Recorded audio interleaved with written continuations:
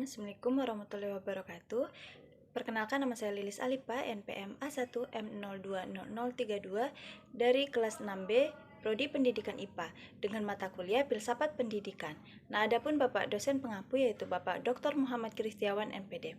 Nah, pada kali ini kita akan membahas tentang bab 5, yaitu tentang ontologi, epistemologi, dan aksiologi.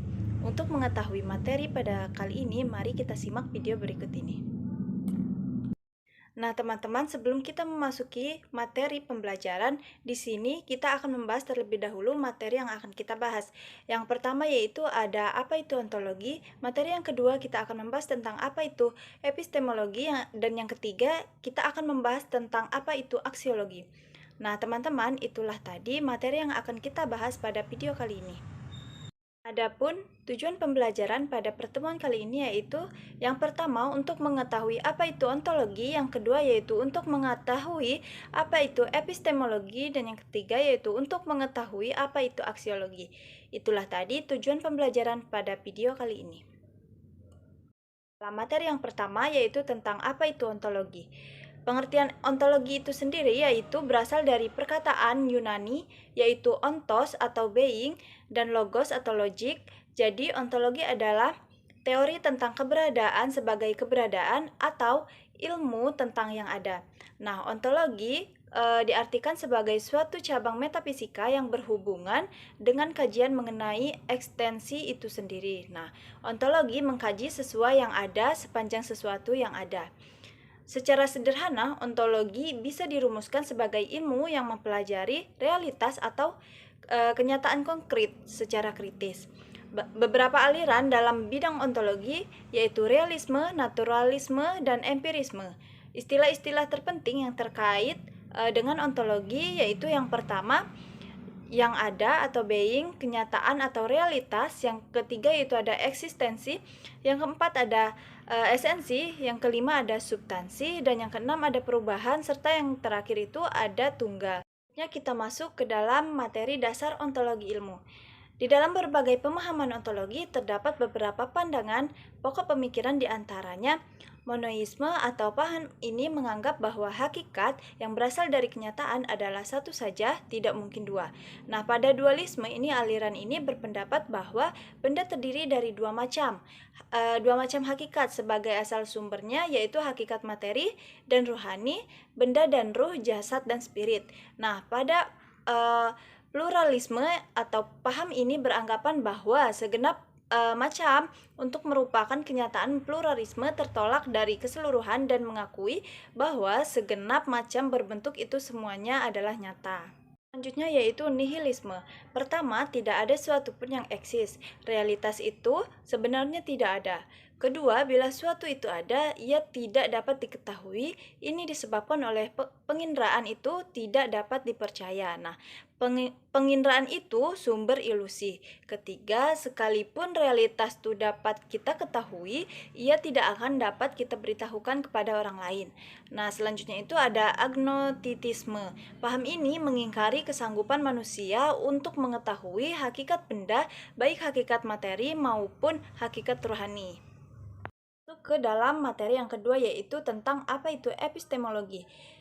Pengertian epistemologi itu berasal dari dua suku kata Yunani, yakni epistem yang berarti pengetahuan atau ilmu pengetahuan, dan logos yang berarti disiplin atau teori.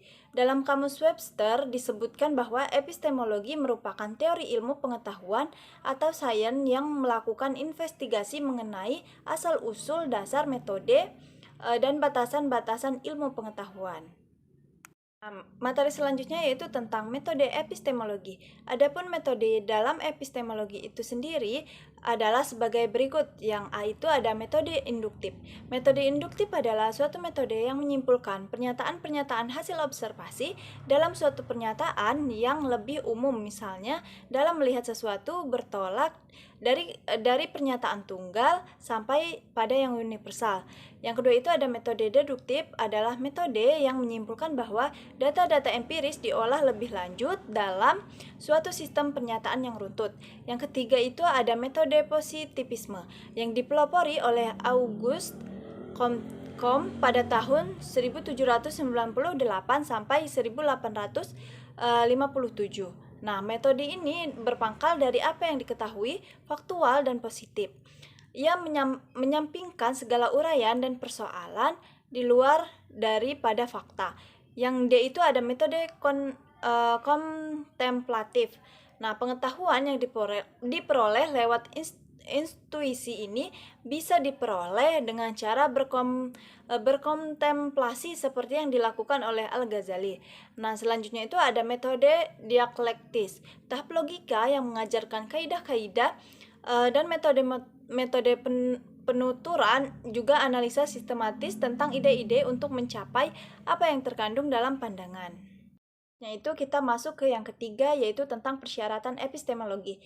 Suatu pengetahuan dapat dikatakan sebagai ilmu apabila dapat memenuhi persyaratan-persyaratan sebagai berikut. Yang A, itu ada ilmu mensyaratkan adanya objek yang diteliti, baik yang berhubungan dengan alam maupun tentang manusia. Nah, yang B itu ada ilmu mensyaratkan adanya metode tertentu yang di dalamnya berisi pendekatan dan teknik tertentu. Metode ini dikenal dengan metode ilmiah. Nah, yang C itu ada pokok permasalahan. Ilmu mensyaratkan adanya pokok permasalahan yang akan dikaji. Aliran epistemologi. Aliran epistemologi terdiri dari empirisme dan realisme. Nah, pada empirisme adalah sebuah orientasi filsafat yang berhubungan dengan kemunculan ilmu pengetahuan modern dan metode ilmiah. Nah, empirisme menekankan bahwa ilmu pengetahuan manusia bersifat terbatas pada apa yang dapat diamati dan diuji. Nah, realisme ini dalam pemikiran filsafat, realisme berpandangan bahwa kenyataan tidaklah terbatas pada pengalaman indrawi ataupun gagasan yang terbangun dari dalam. Nah, dengan demikian realisme dapat dikatakan sebagai bentuk penolakan terhadap gagasan ekstrim, idealisme dan empirisme. Nah, dalam membangun ilmu pengetahuan, realisme memberikan teori dengan metode induksi empiris. Yang C, idealisme. Idealisme adalah tradisi pemikiran filsafat yang berpandangan bahwa doktrin tentang realitas eksternal tidak dapat dipahami secara terpisah dari kesadaran manusia. Nah, yang D itu ada positivisme. Positivisme adalah doktrin filosofi dalam ilmu pengetahuan sosial yang menekankan peran sentral pengalaman dan bukti empiris sebagai basis dari ilmu pengetahuan dan penelitian. Nah, yang E itu ada pragmatisme.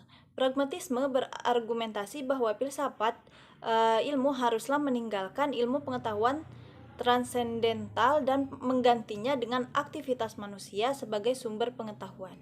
Masuk ke pokok bahasan yang ketiga, yaitu tentang apa itu aksiologi.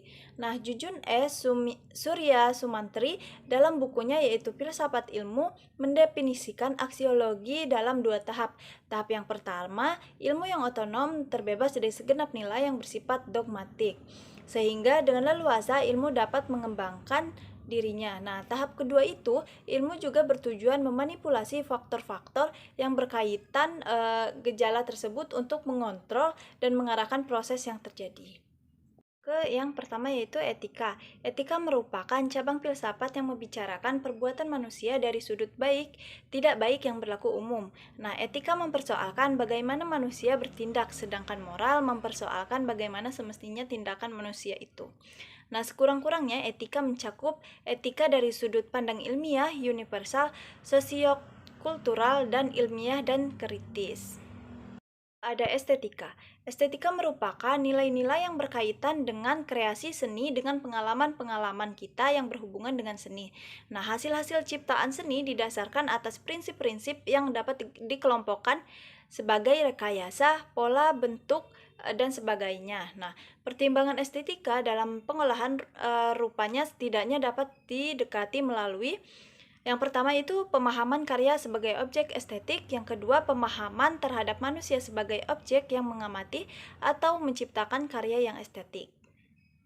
Mungkin itu saja penjelasan materi dari saya tentang ontologi, epistemologi, dan aksiologi. Nah, sampai berjumpa kembali di video selanjutnya yaitu tentang bab 6. Sekian, terima kasih. Wassalamualaikum warahmatullahi wabarakatuh.